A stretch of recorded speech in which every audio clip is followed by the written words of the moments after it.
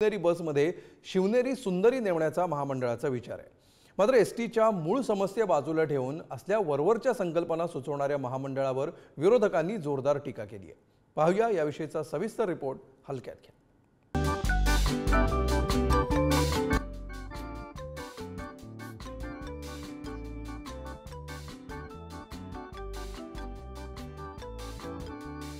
ही पहा शिवनेरी, डिझेलवरची शिवनेरी नाही, ई शिवनेरी।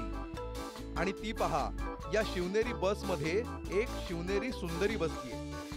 ही सुंदरी सर्व प्रवाशांची सरबराई करते आहे, त्यांना हवं नको पाहते आहे। कुणी तिच्याकडे चहा मागतंय, कोणी कॉफी मागतंय, कुणी कोल्ड ड्रिंक, तर कुणी पिण्याचं पाणी।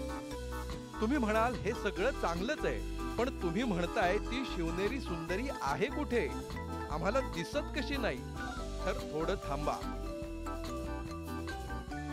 ही सुंदरी सध्या तरी एसटी महामंडळाच्या नव्या अध्यक्षांच्या मनात आहे। या मनीचे त्या मनी घातले या उक्तीप्रमाणे ही कल्पना त्यांनी नुकतीच संचालक मंडळाच्याही डोक्यात घातली।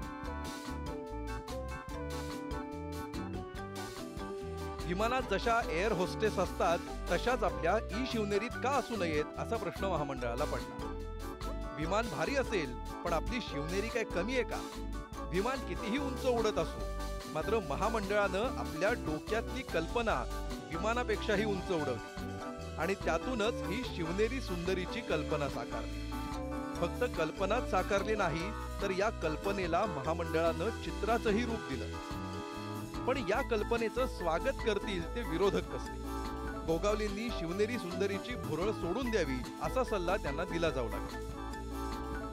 की हवाई सुंदरी ही संकल्पना का आली, तर जे प्रवासी हवेतून प्रवास करतात, म्हणजे विमानातून प्रवास करतात, त्यांना खानपान वगैरे इतर सेवा द्यायची असते आणि विमानाला थांबे नसतात। पण एस टीमध्ये तसं नाही, एस टीच्या कुठल्याही सेवेला थांबा नाही अशी एकही सेवा नाही आहे आणि म्हणून ही गैरवाजवी संकल्पना आहे। शिवनेरी सुंदरी या संकल्पनेला आमचा विरोध आहे। एसटीची गेल्या काही दिवसातली रूपं आठवा। कुठं खिडकीतून आत चढणारे प्रवासी, कुठं खिडकीसह कोसळणारे प्रवासी, तर कुठं मोडक्या सीटांवर आणि गळक्या छताखाली बसणारे प्रवासी।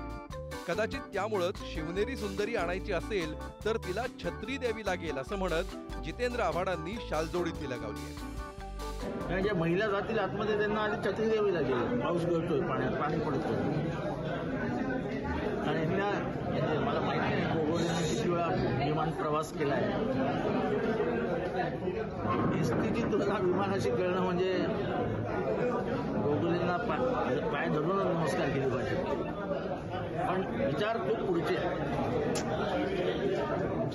एसटी महामंडळाकडे 4 चांगल्या बसेस नाही, त्या स्त्रीकडे बघण्याचं निदान ड्रायव्हर ठेवू, कंडक्टर करू, असं काहीतरी बोला।